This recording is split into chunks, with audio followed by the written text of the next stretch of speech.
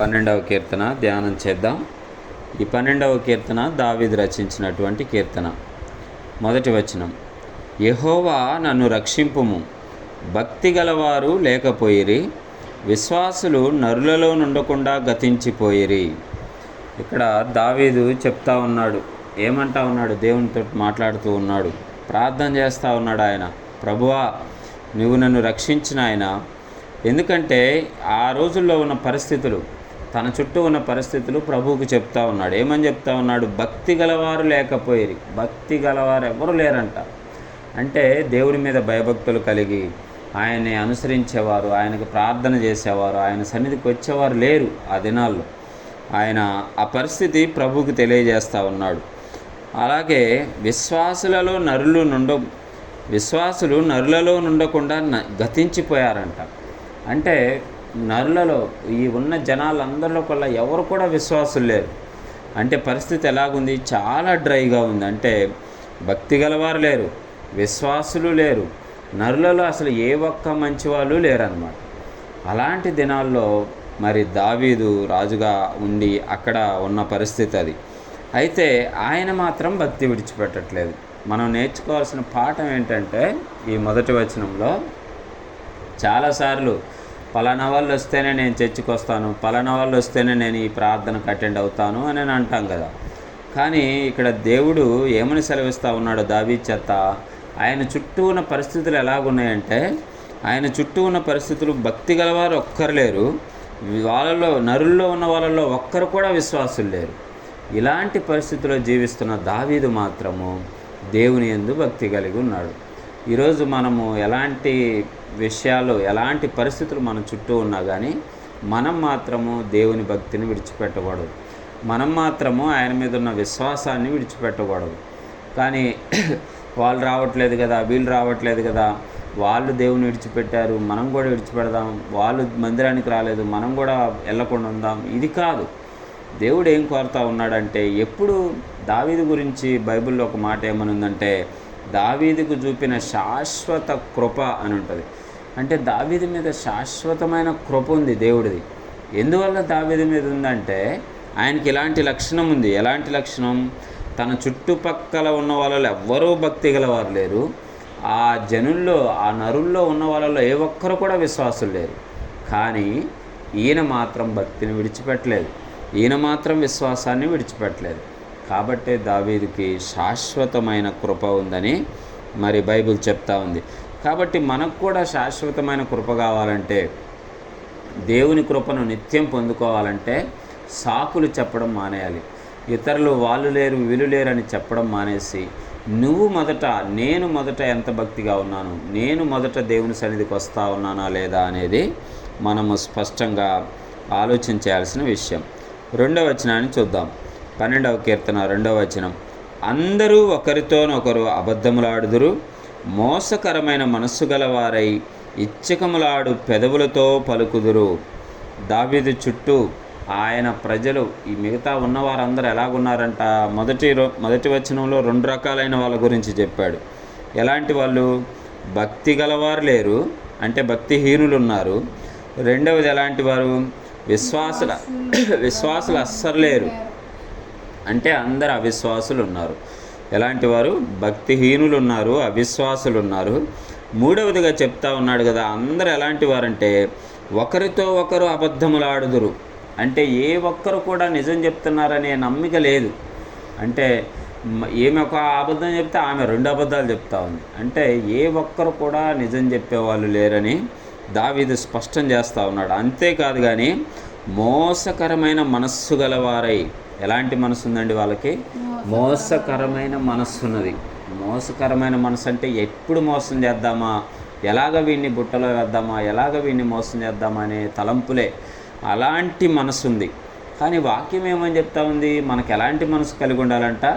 క్రీస్తునకు కలిగిన ఈ మనస్సు మీరు కలిగి ఉండండి. క్రీస్తునకు కలిగిన ఈ మనస్సు అంటే ఆయనకి దీన మనస్సు కలిగిన వాడు మన దేవుడు. అలాంటి మనస్సు మనం కలిగి ఉండాలి. కానీ ఇక్కడ దావీదు చెప్తున్న జనులు ఎలాగున్నారు? మోసకరమైన మనసు కలిగి ఉన్నారు.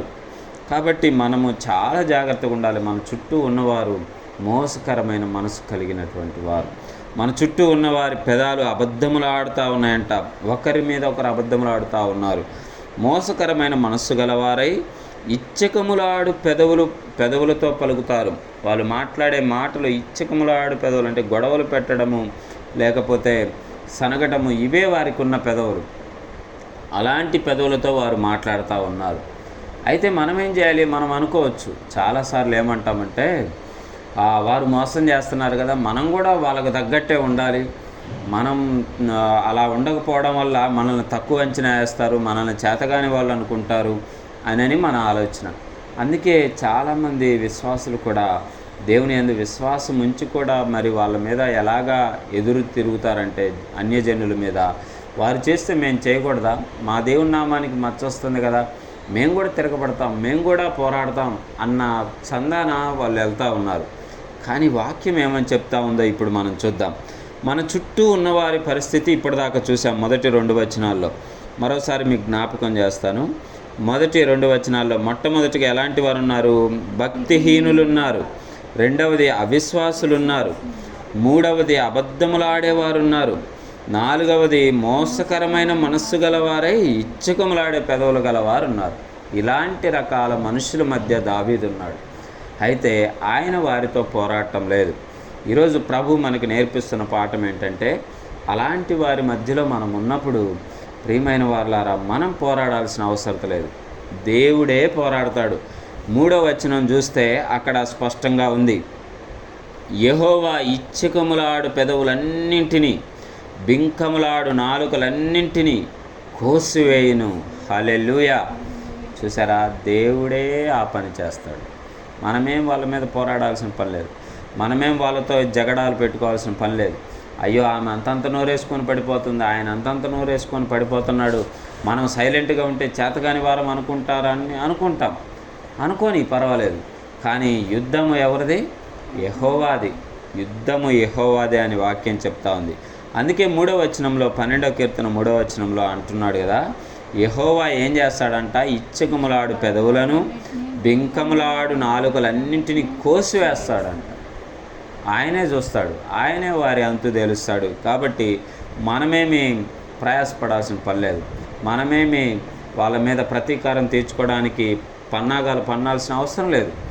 దేవుడే చూసుకుంటాడు. కాబట్టి వారిని దేవునికి అప్పగించి మనము ప్రార్థనలో ముందుకు సాగాలి, మనము విశ్వాసంలో ముందుకు సాగాలి, మనము దేవునికి కలిగిన, క్రీస్తునకు కలిగిన మనస్సు కలిగి ఉండడానికి ప్రయత్నం చేయాలి. అటువంటి జనుల మధ్య అలాగ జీవించాలని ఈ వాక్యం చెప్తా ఉంది. 4వ వచనం చూస్తే వాళ్ళు ఏమనుకుంటారంటే, అలాంటి వారు, ఆ ఇచ్చకములాడు పెదవులు గలవారు, ఆ యొక్క అవిశ్వాసులు, ఆ యొక్క భక్తిహీనులు ఏమనుకుంటారంటే, 4వ వచనం, మా నాలుకల చేత మేము సాధించెదము, మా పెదవులు మావి, మాకు ప్రభువు ఎవడని వారు అనుకుంటారు. చాలామంది భక్తిహీనులు చూస్తే ఇదే మాటలు, నువ్వెవడరా చెప్పడానికి అని అంటారు. నువ్వెవడో చెప్పడానికి మంచి చెడు, మాకు అన్నీ తెలుసు అని చెప్పేసి అనుకుంటారు. అందుకే యెషయా భక్తుడు కూడా ఏమంటాడంటే, మేము చెప్పగా ఎవరు మా మాట విన్నారని చెప్పేసి యెషయాలో రాస్తాడు. అంటే మంచి మాటలు ఎవరికి నచ్చవు, ఎవరు వినరు. అదే ఇక్కడ వాక్యం సెలవిస్తూ ఉంది. వాళ్ళు ఎలాగుంటారంటే, మా నాలుకలు మావి, మా పెదవులు మావి, మాకు ప్రభు ఎవడు, అంటే మా పైన ఉన్నవాడు ఎవడు అని అనుకుంటారు. కాబట్టి ప్రియమైన స్నేహితులారా, మనం ఈరోజు నేర్చుకోవాల్సిన పాఠం ఏంటంటే, మన చుట్టూ ఉన్నవారిని సరిచేయాలనుకోవడం మన అవసరత లేదు, అది మన పని కాదు. కానీ మనమేం చేయాలి? ప్రార్థనలో యాచనలు చేస్తూ ప్రభు సన్నిధిలో ఉండాలి. వారిని ప్రతీకారం తీర్చాలన్నా, వారిని సరిచేయాలన్నా, వారిని నడిపించాలన్నా అది దేవుడి పని.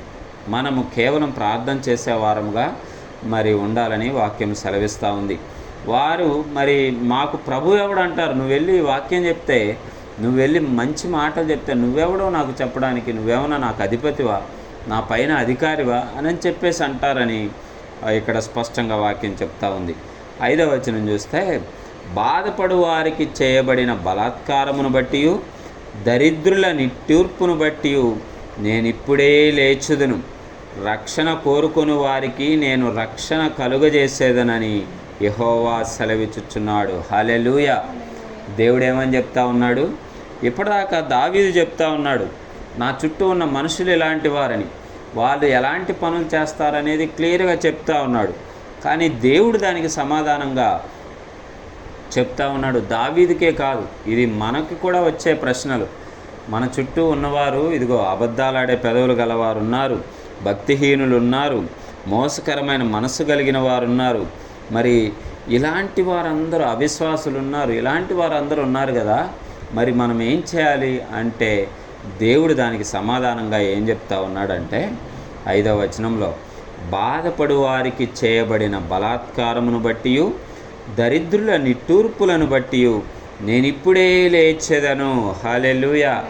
మన దేవుణ్ణి ఒకరు లేపాల్సిన పని లేదండి. ఆయనే నిత్యము ఇశ్రాయేలును కాపాడువాడు, కునుకడు, నిద్రపోడని వాక్యం సెలవిచ్చినట్లుగా నువ్వు వెళ్ళి ఆయన లేపాల్సిన పని లేదు. ప్రభువా లేచి నాకు సహాయం చేయి, ప్రభువా మరి నువ్వు పడుకోవద్దు అని మనం ఒకరిని లేపాల్సిన పని లేదు. మన దేవుణ్ణి ఆయన ఎప్పుడు నిరంతరం మెలకువగా ఉండేటువంటి వాడు. అందుకే ఏమంటా ఉన్నాడంటే, నీ ప్రార్థన నాకు వినపడింది, నేను ఇప్పుడే లేస్తానని చెప్పేసి అంటా ఉన్నాడు. హల్లెలూయా.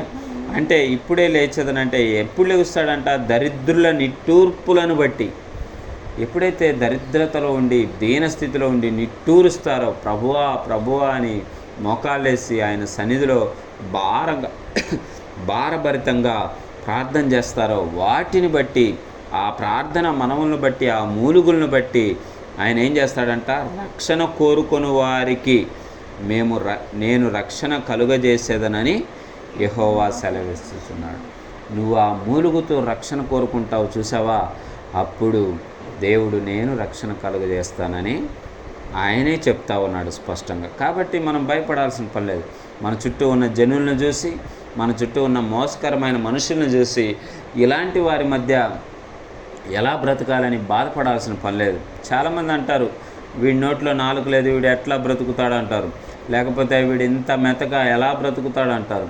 నువ్వు ఎప్పుడైతే దేవుణ్ణి ఆనుకొని జీవిస్తావో, ఎప్పుడైతే నిట్టూరుస్తావో ప్రభు సన్నిధిలో, ప్రభు ఏమంటా ఉన్నాడంటే, నేను ఇప్పుడే లేచేదను, రక్షణ వారికి నేను కలుగజేస్తానంటాను. కాబట్టి దేవుడే మనకు రక్షణ, దేవుడే మనకు సహాయకుడు. కాబట్టి మనము దాన్ని బట్టి ఇంకనూ ప్రభువులో ముందుకు కొనసాగాలి.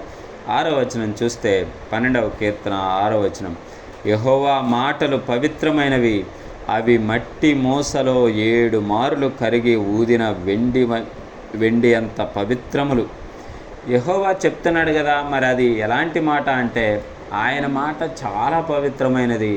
ఆయన మాట ఎంత పవిత్రమైనదంటే, వెండిని కరుగుదీసినప్పుడు దాంట్లో ఉన్న మస్టంతా తీసేయడానికి ఎంత ప్రయాసపడి మస్టు తీసి కల్మషం లేకుండా తయారు చేస్తారో అంత పవిత్రమైనది దేవుడి మాట అని చెప్తా ఉన్నాడు దావీదు.